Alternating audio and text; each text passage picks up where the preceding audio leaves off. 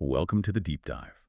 Okay, we're jumping straight into some really critical breaking developments today. We've got this Al Jazeera report just out this morning, July 5th, 2025, and it paints a truly stark picture from the Israel-Palestine conflict. So our mission really is to unpack two major threads that are sort of emerging here. First, there's the humanitarian impact, and it's severe. Medical sources in Gaza are reporting Israeli attacks have killed at least 42 people just since dawn.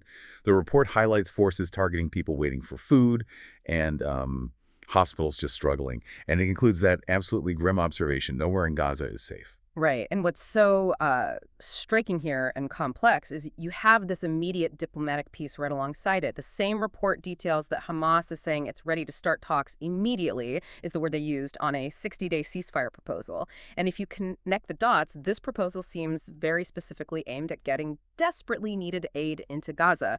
So yeah, our deep dive today is really about exploring how these two kind of contrasting developments are shaping this exact moment. That human cost you mentioned, detailed in the report, it's just staggering. When it says 42 people killed and that hospitals are struggling to cope, could you get us a bit more sense of the specific medical challenges? What does that actually look like on the ground in Gaza? Absolutely. Look, it's not just about running out of bandages or medicines, though that's definitely happening and critical. It's, the entire system is collapsing under the strain. We're talking about things like a severe lack of fuel for generators. So basic life support, incubators, they can't run reliably. Water purification is failing, so you get this surge in waterborne diseases on top of everything else. Right, compounding crises. Exactly. And the report implicitly points to a shortage of skilled staff, too. Doctors, nurses, many are displaced themselves or injured or worse. And then just the logistics, trying to move a critical patient within Gaza with roads damaged, ongoing danger, it's almost impossible.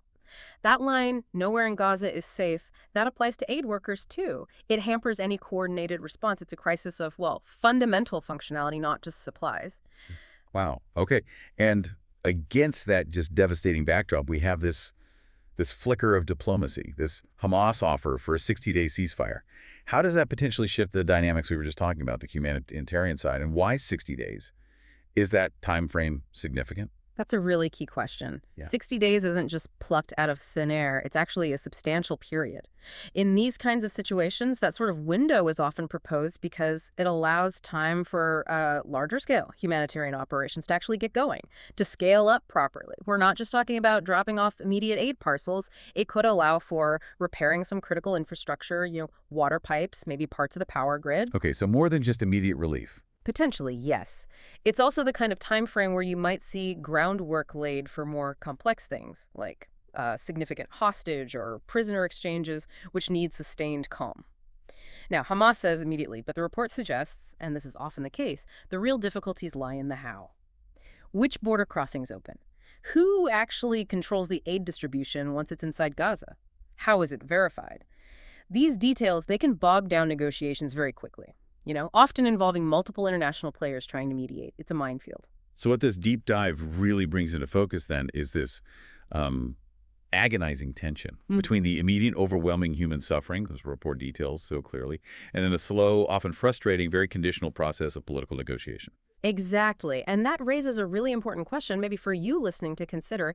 How do these efforts for desperately needed aid actually navigate, or sometimes, let's be honest, get tangled up in the complexities of the ongoing conflict and these parallel diplomatic moves? Understanding how aid itself can become, almost a bargaining chip, that's really key to grasping the whole picture here. Yeah, it's a powerful reminder, isn't it, of all the layers we need to process to really get a handle on global events. We hope this deep dive has given you a perhaps clearer picture to think about. Yeah. And maybe as you reflect on these two threads, the urgent human need versus the slow diplomatic dance, you might consider which force ultimately holds more sway in shaping what happens next.